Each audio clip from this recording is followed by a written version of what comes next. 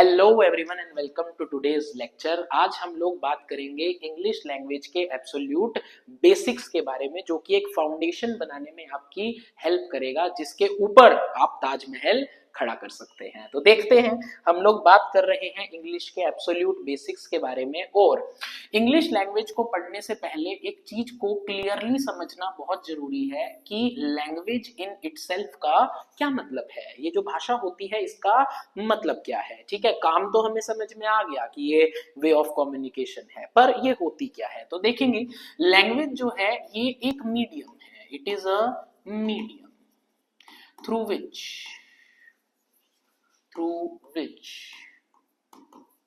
we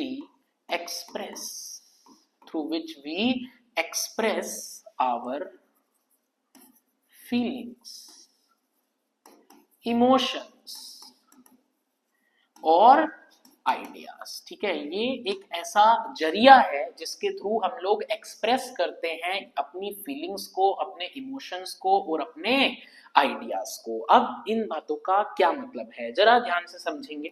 suppose कीजिए मैं एक एग्जांपल लेता हूं और मैंने बोला आई एम हंग्री। मैंने क्या बोला? आई एम हंग्री, मुझे भूख लगी है। तो मैंने अपनी स्टेट के बारे में बताया, अपने जो मेरे दिमाग में आइडिया चल रहा था उसके बारे में बताया। अब जरा यहाँ पर मैंने एक बहुत ही इंपॉर्टेंट वर्ड लिखा है जो कि है एक्सप्रेस। इसको ध्यान से देखेंगे, मैंने बहुत ही इंपॉर्टेंट वर्ड लिखा है जो कि है एक्सप्रेस। और ये एक्सप्रेस निकल कर आता है एक्सप्रेशन से। किसका निकल कर आता है? एक्सप्रेशन से। कि वो कौन कौन से तरीके हैं जिसमें हम लैंग्वेज के थ्रू अपने आप को एक्सप्रेस कर सकते हैं। तो एक्सप्रेशन हमारे पास 4 वेज से हो सकता है। एक्सप्रेशन हमारे पास 4 वेज से हो सकता है। सबसे पहला है हमारे पास लिसनिंग, उसके बाद है हमारे पास स्पीकिंग, उसके बाद है हमारे पास रीडिंग और फिर है हमारे पास राइटिंग। और इन्हीं चारों को हम लोग लर्न करेंगे एक निमोनिक की हेल्प से, विच इज LSRW। ठीक है, LSRW ये आप लोगों को याद रखना है। ठीक है, तो सबसे पहले हमने समझा कि लैंग्वेज क्या होती है। लैंग्वेज क्या होती है। चलिए, लैंग्वेज को अच्छे से समझने के बाद अब हमारे पास जो अगला वर्ड है जिसको हमारे को अच्छे से समझना बहुत इंपॉर्टेंट है, that is grammar. That is grammar. अच्छा, कुछ लोग इसे ER भी लिख देते हैं एंड में, जो कि बिल्कुल गलत है, तो ध्यान रखिएगा। अच्छा, ग्रामर का क्या मतलब होता है? सिंपली इसका मतलब है set of rules required to form words, phrases or sentences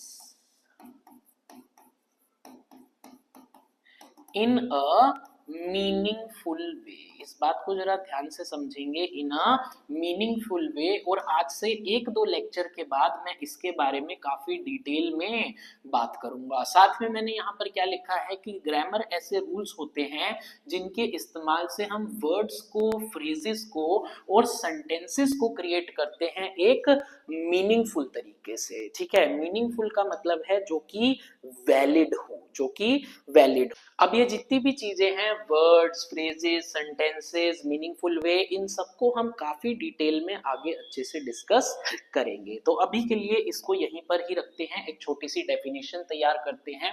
अब मैं एक और चीज की बात करना चाहूंगा। देखिए, चाहे कोई भी लैंग्वेज हो, उस सब लैंग्वेज के अंदर स्पेसिफिक सिंबल्स होते हैं और उन सिंबल्स के थ्रू हमारे को ये बात पता लगती है कि हमें साउंड कौन सी निकालनी है। ठीक है, अब सपोज कीजिए मैंने ये लिखा, तो हम सबको पता है कि अगर मैंने ये लिखा है तो जो हमें आवाज निकालनी है वो है म। ठीक है, लेकिन अगर मैंने इसको उल्टा कर दिया टोइंग, तो फिर ये क्या हो जाएगा? W। हम सबको पता है कि इसका मतलब है W। पर सपोज कीजिए मैंने ऐसा कुछ बना दिया, तो हमें पता है कि इंग्लिश लैंग्वेज में इस सिंबल का कोई डेजिग्नेटेड मीनिंग नहीं है, तो ये इनवैलिड है। ठीक है, जरा ध्यान से समझेंगे। तो इंग्लिश के अंदर हमारे पास जो लेटर्स हैं, ठीक है, जिसको हम कहते हैं अल्फाबेट्स, जिसको हम कहते हैं अल्फाबेट्स। हमारे पास टोटल अल्फाबेट्स हैं 26। ए टू जेड अगर हम बात करें तो हमारे पास टोटल अल्फाबेट्स है 26, जिनको हम फर्दर कैटेगराइज करते हैं, जिनको हम फर्दर कैटेगराइज करते हैं। एक तरफ हम लिखते हैं वॉवेल्स, क्या लिखते हैं, वॉल्स, ठीक है। और ये हमारे पास हैं टोटल 5, जो कि हम क्विकली रिवाइज करते हैं, ए ई आई ओ यू, ठीक है। और दूसरी तरफ हमारे पास हैं कॉन्सोनेंट्स। अब अगर 26 में से 5 चले गए तो कॉन्सोनेंट हमारे पास कितने बचे, 21। जैसे for example B C D F G etcetera, ये सारे क्या हैं, कॉन्सोनेंट्स हैं। पर एक इंपॉर्टेंट सवाल जो कि काफी सारे एग्जाम्स में बनता है, वो ये है कि इन 26 अल्फाबेट्स की हेल्प से, इन 26 अल्फाबेट की हेल्प से हम साउंड्स कितनी क्रिएट कर सकते हैं, हम साउंड्स कितनी क्रिएट कर सकते हैं। तो एक बात याद रखना कि इन 5 वॉवेल्स की हेल्प से, इन 5 वॉवेल्स की हेल्प से हम लोग क्रिएट कर सकते हैं 20 साउंड्स। क्या क्रिएट कर सकते हैं, 20 साउंड्स। और इन 21 कॉन्सोनेंट्स की हेल्प से हम लोग क्रिएट कर सकते हैं 24 साउंड्स। कितनी आवाजें निकाल सकते हैं, 24। तो टोटल हमारे 26 अल्फाबेट्स की हेल्प से हम लोग निकाल सकते हैं 44 साउंड्स, जो कि काफी इंपॉर्टेंट चीज है। आई रिक्वेस्ट यू कि इस बात को याद रखना। पर कुछ लोगों के मन में ये बात आ सकती है कि यार ये क्या मतलब है, मतलब अगर ये एम लिखा है तो ये एम ही तो लिखा है, इसकी तो एक ही साउंड है म की। इसको भी जरा हम लोग एक एग्जांपल से समझने की कोशिश करते हैं। मैं यहाँ पर कुछ वर्ड्स लिख रहा हूँ, मैं यहाँ पर कुछ वर्ड्स लिख रहा हूँ। सपोज कीजिए एक वर्ड मैंने लिखा ये, दूसरी तरफ मैंने एक वर्ड लिखा ये, और तीसरी तरफ मैंने एक वर्ड लिखा ये, ठीक है। एक और सेट ऑफ वर्ड्स में लिखने की कोशिश करूंगा। सपोज कीजिए मैंने लिखा ये, और दूसरी तरफ मैंने लिखा ये, ठीक है। देखेंगे जरा, सबसे पहले हम इन वर्ड्स को देखेंगे। यहां पर लिखा है हॉट, अरे ये हॉट नहीं है, इसको बोलना है हार्ट, समझ गए।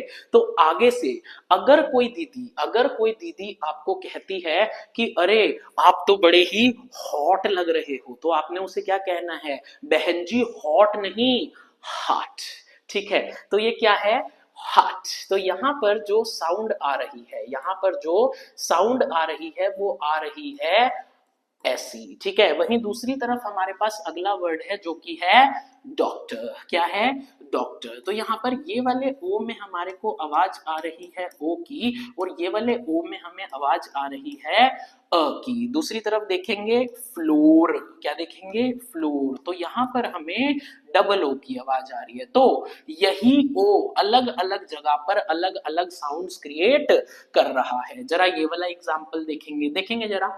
इस वर्ड को मेरे लिए रीड करेंगे तो आप लोग बोलेंगे चैंपियन। तो यहाँ पर जरा इस सी एच की साउंड को तो देखो, ये सी एच की साउंड आ रही है च। पर अगर हम इस वर्ड को पढ़े तो इसे आप पढ़ोगे कैमेलियन। तो यहाँ पर इस सी एच की साउंड क्या आ रही है, क। तो वही सी एच यहाँ पर च की साउंड दे रहा है और यहाँ पर क की साउंड दे रहा है। इसी वजह से मैंने कहा कि चाहे हमारे पास टोटल अल्फाबेट्स कितने हैं 26, पर उससे हम साउंड्स कितनी क्रिएट कर सकते हैं 44। तो इस बात को थोड़ा ध्यान रखेंगे, ठीक है। इसके आगे की बात हम अगली क्लास में करेंगे। Thank you.